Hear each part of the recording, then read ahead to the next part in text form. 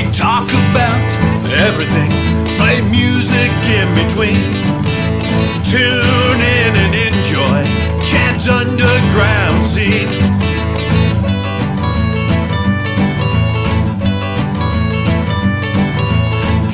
Talking music, you know what I mean.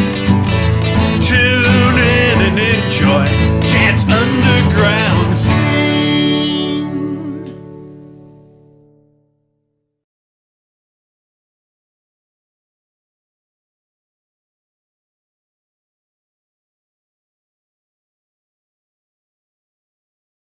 Hello, welcome to Chad's Underground Scene. Here I am in New York City. Beautiful park here in New York City. And my guests today are Severine and Glauco. Hello. How are you guys doing? Good. Yeah, enjoying a beautiful day here. Finally the sun came to New York. Yes, it followed me here, I believe. Yeah, thank you for that. We need it. Please. And how are things going in New York City? Well, it's finally reopening, which is, I'm very happy about it. Productions are coming back. I just finished post-production on a short film of mine, and Broadway is reopening. Yes, it'll be in the fall. I think somewhere beginning, I think September. Mm-hmm. Yeah. So I am bringing them to my show because they are part of the underground film and art community here in New York City and all over the world, apparently, right? Yeah, I mean, I'm from Germany, he's from Brazil. Yeah. And you're broadcasting it everywhere. So let's talk a little bit about your production company and about your dancing. Yeah, so I do music videos, commercials, and short and feature films. I did a music video for you, and Glauco and I did a lot of short films together. I usually direct, edit, and produce, and sometimes act myself. And he's an actor and, you know, aspires to be on Broadway soon when it opens in September. Yeah. And from what I've seen, I think you have a good shot at it. Thank you. Yeah, the stuff I've seen on film has been wonderful. Yeah, I mean, I did a workshop back in December, and it's supposed to be going to Boston first, and then come to Broadway right after. But because of the pandemic, everything was canceled, so the show is, they don't know what's going to happen. But I'm here, and waiting for better days. Awesome. But it's getting better now. So we're going to start the show here with the video "Stop What You're Doing" that she did for me and my album Legend. Enjoy the video.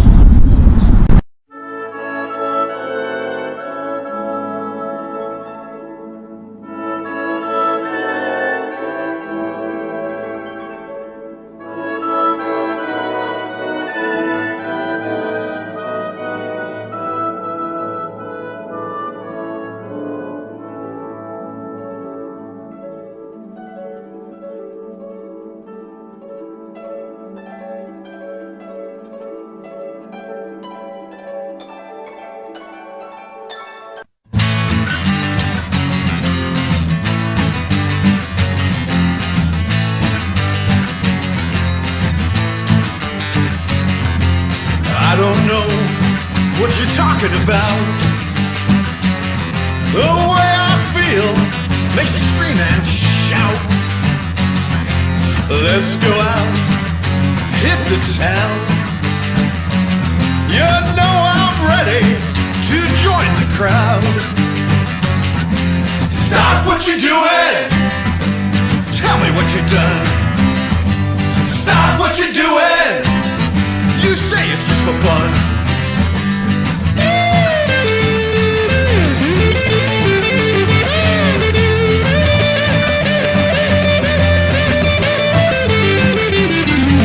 Let's go out, call all your friends. The fun we have will never end. Get together, well, yeah, we'll scream. Such a great what a cool scene. Stop what you're doing. Tell me what you've done. Stop what you're doing. You say it's just for fun.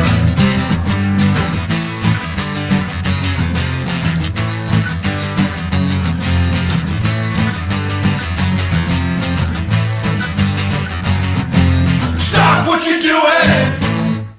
Tell us a little bit about the production of the video, because it looked like it was lots of fun to do. It was. So I heard your song and I kind of felt inspired to do this video right away. Like I had this idea in my mind, and then I thought of my friend Alina, who is she used to be a dancer with American Ballet Theater, and there are some really cool production spaces here in New York. So I chose the studio that has this nice flower wall and just this beautiful design, and she improvised this choreography to your song, and I thought it, like underlined the mood, and because I also, a lot of times we are so occupied with Facebook and are constantly on our phones, so how can you get someone's attention? How can they stop what they are doing? And that's kind of what inspired me to do the music video. Right. It's a lot of fun. Have a crazy ballerina. Yeah. And you could watch her. And what's amazing is the attention to detail. Yeah, I always try to pay a lot of attention to the design and costume design, the look of the studio, the look of the actors. I think every little detail matters to convey a story and the feeling. So whose idea was, when he's on the sofa and he's sitting there on the phone and she's trying to flirt with him, whose idea was it for her to do this with the plant? I thought that was such a great little move that was in the video. I think that happened spontaneously because we didn't know this plant was going to be in there actually, and then we were like, we should do something with this, Yeah. I'm sure there's probably some extra scenes there too. Like I think not everything made it in. Yeah. Because it was so obvious she's flirting with you when she did that, because you weren't paying attention, you're looking at your phone. Like we do now, right? Exactly, yeah. We're so into social media and all of the time on our phones. So We forget about how much is going on around us and how important it is, right? Fun. It was a fun day. yeah, we just improvised a lot and had a lot of fun with it. Even my cinematographer Leo, he's currently in Austria. I think he also enjoyed it a lot because he was following Alina the whole time with his camera, and it was. It's such an international cast too. It is, yeah. Everybody from everywhere. Yeah. He's from Austria, Germany. Elena is Finland. And I'm from Brazil. Yeah. Oh, that's great. Yeah. Nice, right? But the talent in New York is great. Yeah. This is a city of a lot of underground things going on here. You get underground theater, you get underground art, you get underground music everywhere. And it's amazing. So tell us a little bit about your dancing and how you came about doing it. Yeah. Is that something you started as a kid, or? Yes, I did as a kid, and when I moved to New York, it was mostly to pursue dance. But after I went to Chicago, I worked in a dance company there. When I moved to New York, I started getting roles for dance films or dancing in a TV show. And after that, I just made a transition, not dance companies anymore, and just working on films and theater. So that's where actually I was able to not only dance, but able to speak, getting speak roles, and then so it was a natural process for me. So it was fun, but the theater actually was, the home. Yes. That's when everything started getting really intense and fun. And how did you guys meet? We met on a film. Yeah, I was actually casting for a short film of mine, a film that I directed but also acted and danced in. And so Glauco came to the audition and we immediately bonded. And from there we just continued working together. Yeah. It was very quickly. It felt like we know each other for a long time. I know. I think I feel like we know each other for 10 years, but it's actually only been 3 years or something. Oh, it's crazy how that is. Yeah. Yeah, I think got the love that we love what we do. So the passion, and also there's a lot of things in common, and yeah, passion, creativity, and just creating content that might inspire people and that they will enjoy. Yeah, that was one of the things too, that you like to talk about humanity, and not just like it's not just about just being pretty or but something that like meaningful to people. Exactly. I think that's wonderful. Nice. So while I've been here, I came here because my daughter's graduated college. So that's how you met my other daughter at the same college, right? Yeah. Yeah, we both attended Sarah Lawrence for some time, and that's how we met. And actually, that's also where I found my love for filmmaking. Because I came from like a dance background, and I took my first filmmaking class at Sarah Lawrence, and I instantly fell in love with it and continued doing it. And Chloe came here for filmmaking, right? Because her film school wasn't as good, so she came out here. And then her sister was at the school here, so it worked out nice. They were together for a year. Yeah. And while I was here, I snuck off to Brooklyn and played a show at the Caffeine Underground. So here's a little video of me playing at the Caffeine Underground. Enjoy.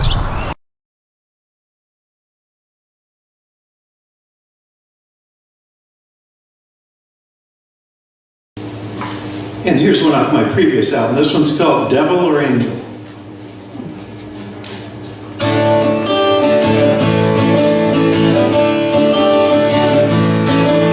This feelings I feel that deep in my soul when I look into your eyes. Does it come from above? Does it come from below? I need to realize. Is there a God above me? Is there a devil down below? Is there a God above me? This I gotta know. Devil or angel, give me a sign. Sign I do not fear. It's hard to make any sense of it from everything I hear. Is there a God above me? Is there a devil down below? Is there a God above me? This I gotta know. Yeah.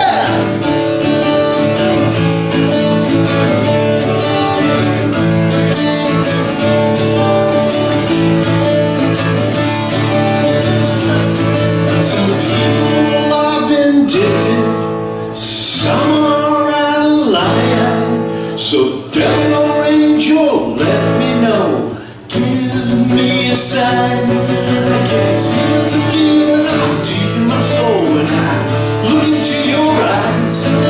Does it come from above? Does it come from below? I need to realize. Is there a God above me? Is there a devil down below? Is there a God above me? This I gotta know.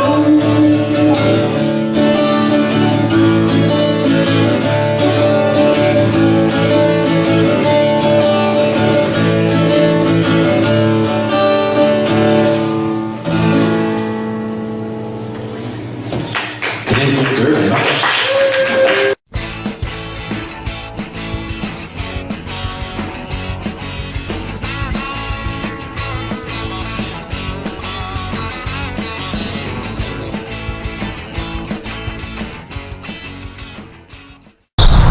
We're back, so we're going to talk about a film that she made at the same time as she made my video. She was entering all of the video and her movie into film festivals. So tell us a little bit about your movie, and then tell us about the film festivals, because you won a lot of awards. Yeah. So, well, this is also, it's a personal story to me, because my grandma is suffering from dementia, and my granddad passed away shortly before I made this video, and he had Alzheimer's. So I was inspired to make a film about the issues of Alzheimer's, and when I think of my granddad, I always remember that he, like, even though he would forget everything, he could still remember certain songs that he liked as a kid, or he would remember the lyrics, the rhythm of it. So this is how I got to make A Tango to Remember, because I was like, well, music and dance is something that will connect people all their lives. And then we started working together, worked on the choreography, and also found some great actors to play the other couple.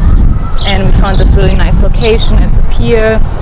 And then I entered it into film festivals and was very lucky that it won Best Romance Film at the Los Angeles Film Awards.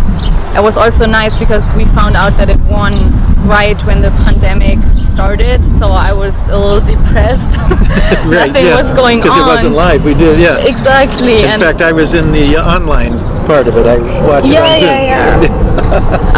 And then I was like, oh wow, this is something nice that's finally happening. Yeah. It was something good because it was last year was very difficult. Very difficult. And I'm glad we had that to, give some hope. And also the story too. I mean, we worked so hard to make the film and, get some exposure. It was around the world, right?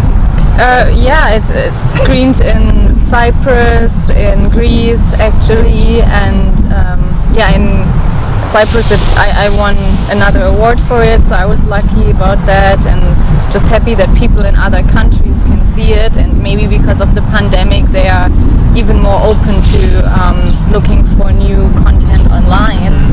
So and to actually be able to connect to other filmmakers online was also a nice experience. Meeting other artists, that was fun. So I've seen one of your videos of you on the Brooklyn Bridge.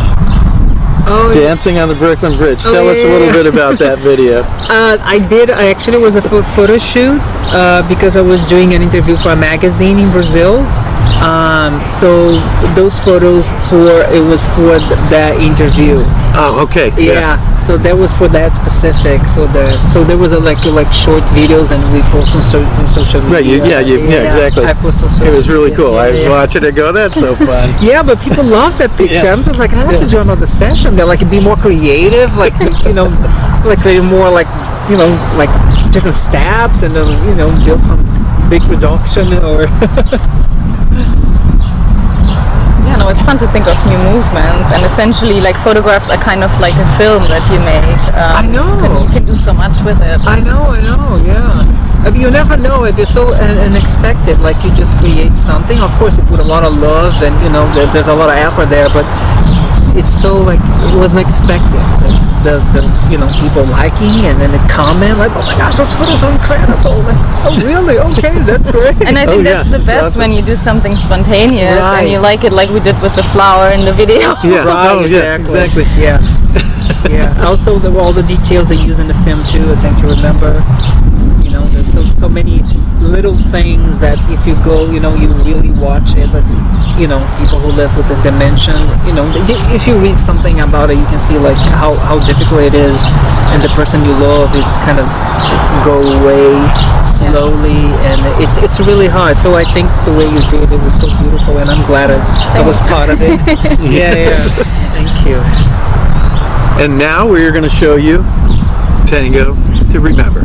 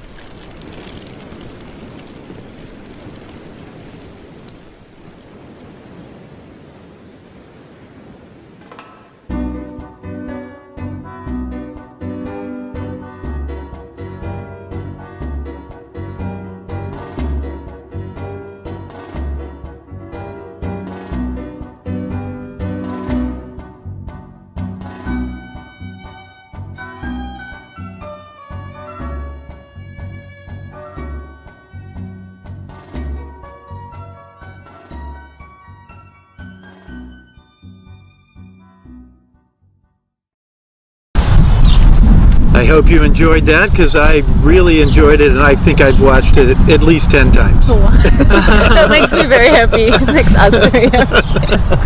Yeah, thank you. And every time it brings a new feeling, right? It's because there's something you missed, there's a little detail you missed, and it's so good. Oh, thank Yeah. you. And it's a great subject to do something about, because Oh yeah. we all need to learn more about it. Right, yeah.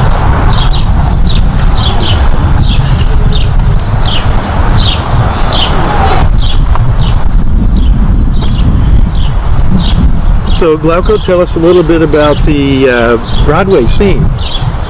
Because you probably go to shows, you probably look around, Yes. and you probably do some tryouts or Yeah, I was doing a lot before the pandemic. I was going to shows, just kind of knowing, because I'm not back home. I didn't grow up having, I didn't have a musical theater background, so I mostly found, the Broadway scene here in New York, and know the actors, know the stories. I didn't know much, and fell in love with everything. Of course, it's so beautiful, and I don't have to describe to you know what it is. no, it's So knowing the actors and knowing the music, and it's so beautiful, and there are so many aspects about it. It's not just about being on stage and being as a character. Also the whole production, how to build, and the costume, and the production itself. It's so creative, like so rich in so many ways. All the research before creating a show. It's amazing. Incredible. You can okay, I have to focus because I'm an actor and I'm a dancer, and I have to really focus more. Otherwise, you just go all over the place. Because it's really incredible. I'm blessed to live here. Yeah, and I can't wait till it's all open again. My daughter is like, oh my God, I've been here for this whole school year and I can't go to one play. Yeah. It'll be soon, I'm sure in the fall, for sure. I saw a date was the middle of June. Some shows were starting. Yeah, probably. I'm sure with all the restrictions. There's some small venues. I think in New Jersey have a few things going on. No, there was a Broadway show I saw an ad for. Yeah. Oh, that's cool. Probably with the small theater. I'm sure Yeah, maybe. Yeah. Or half seating or something. Yeah. Oh, that's good. Yeah. You'll be the It first is. one to see it. Oh yeah. And then when I got here, I was told right away that next Wednesday, everything's opening. Oh my God, really? No, I read that too. I'm not. I haven't really kept up to date with all the new changes. I thought it was in July, so And before July 4th. there's a piano bar near my hotel, and they said on Wednesday we're opening up, and we're going to have the piano player here 7 nights a week after. Wow. He's only been weekends now. Yeah, and he said they would be full seating on Wednesday. That's pretty good. Yeah. Do you think it's more progress here in New York than in LA, or is it different? We're just different because every city's different in LA. Right. Yeah. In California, not in LA, but in California. So one city is wide open, the other city's completely closed. Yeah. So it's from one city to the next. It's different. Where it seems here, it's more the same everywhere. Okay. We're in better shape right now, looking back a year ago. I know. Yeah, same right? there. We be able to sit together, we Right, were yeah. vaccinated, and then Came through the whole thing, yeah. Yeah.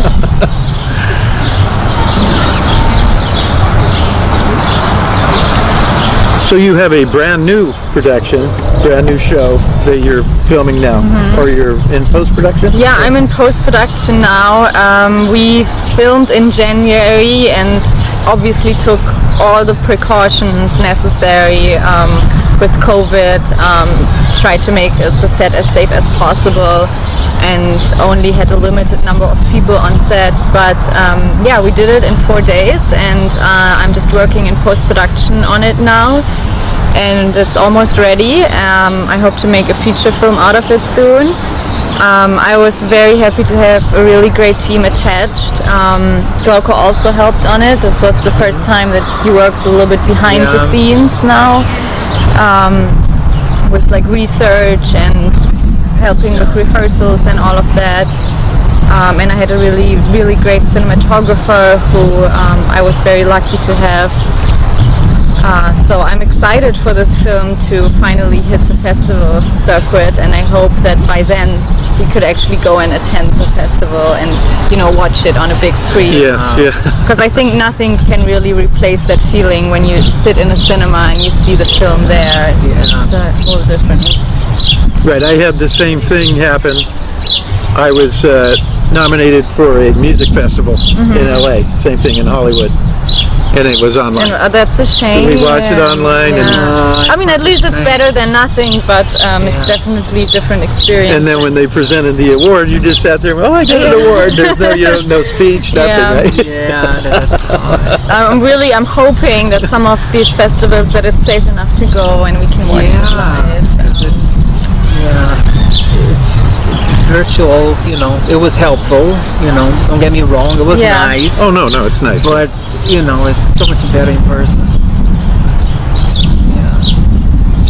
We'll be soon. Yeah. No, I think it looks good now. I think it will, from what I heard online so far, that they will actually come back and open up, at least in a hybrid form, where maybe some people can go watch it in the movie theater and other people watch it, the rest of the people watch it online. So tell us a little bit about your new film. Yeah, my new film Maybe what it's about, and I started working on it around 5 years ago, so it's been a long time in the making.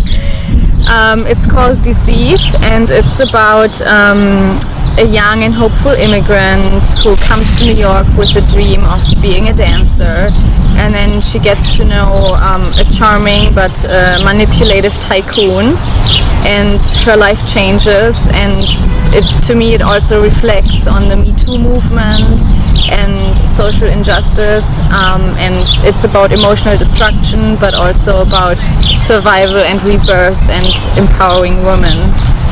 So it's a personal film to me. It's inspired by a true story, and I also wrote the feature film script for it.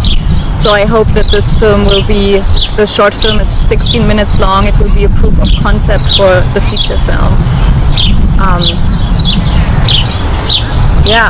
And I have two great dancers and actors. One of the lead actors is a dancer with Ballet Hispanico, and the lead actor actually performed on Broadway. He was in King Kong before the pandemic hit.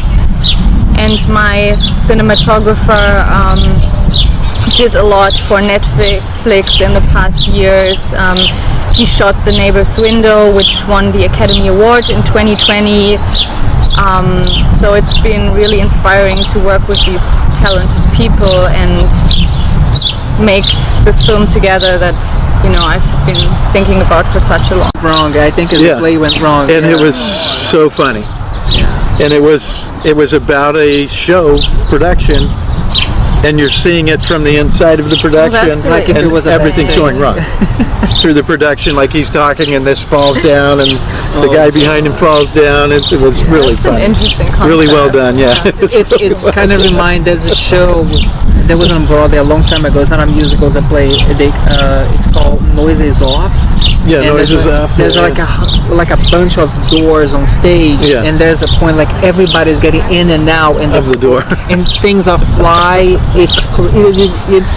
Like, oh my God, somebody wanna get hurt because it's a lot of people, and like all the doors open, and there's a stair walking in. And then we went to one that was Shakespeare, and you went into this library, and the person doing the play, one of the people had to keep drinking during the play while they're performing the play. Oh my God! They kept having shots, and you watch them as they get drunk or trying to do this play, and everybody around them is making fun with the whole thing. It was hilarious. So he was really drinking like alcohol. That was the idea. And they had somebody at the king's table that would tell him, drink now, and he'd have to drink. and it was a girl that was drinking. I hope he didn't do that every day. And they had a whole cast. There was like 8 people in the cast, but the one person was drinking that was supposed to be the head person. It was like 2-hour show? Yeah, oh yeah. Oh yeah. my God, by the end. By the end they were forgetting lines, and then the other actors are laughing at them, and then they're catching them, right? They're coming up with other lines to cover for them, right? That's intense, yeah. That would be intense. And I can't remember, I think it was called Drunk Shakespeare. Drunk Shakespeare. Yeah. Oh my gosh, some Shakespeare? Wow. Wow. Oh yeah. It was really good, yeah.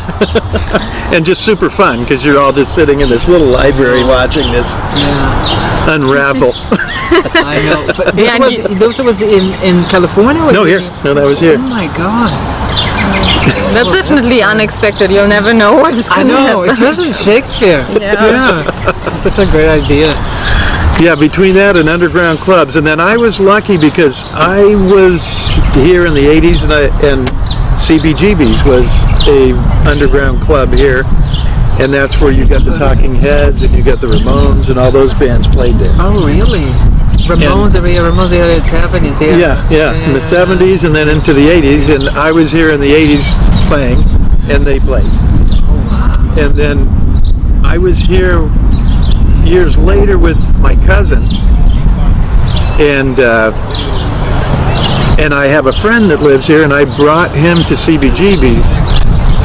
And he goes, I've never been here. He grew up here in Queens. His whole life he was here. Oh my God. He had never been there. And he's like, that is the greatest club. And then the next thing they said, we're closing, and a year later they were closed. So I was there right the last year they were open.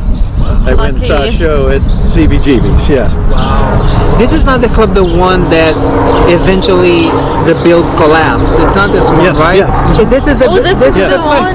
Yeah, and it's in the meatpacking district, right? It's in the meatpacking district here. I just heard about this. And there's a good story about it because I watched some documentary where they talked about it. Yeah, and there's a good story about it because Las Vegas, the New York Hotel in Las Vegas, they bought the facade and the inside of that building, and they put it in some trucks, and they brought it to Las Vegas, and they were supposed to erect it in the New York Hotel, and then the recession hit.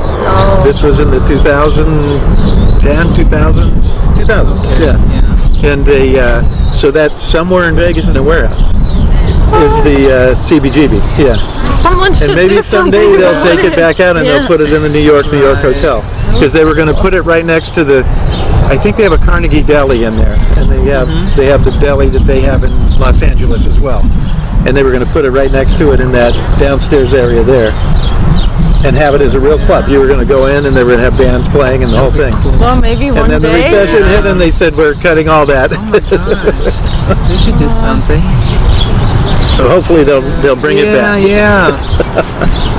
That will be the next thing after the pandemic. So this club will shine again.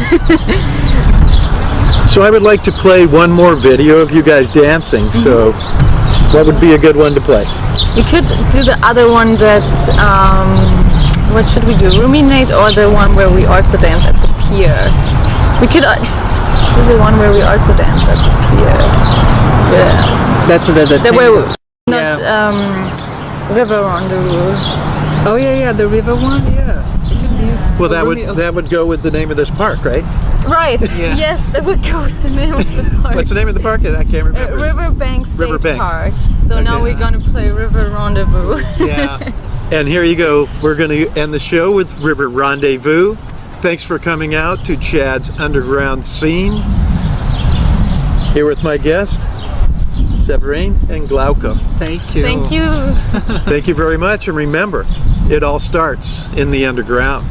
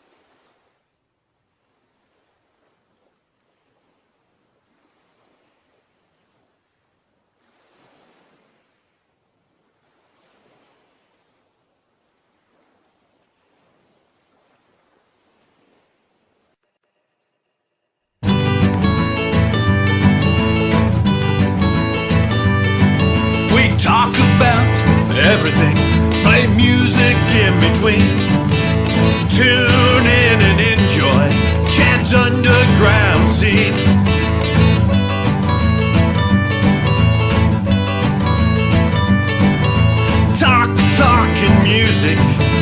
You know what I mean.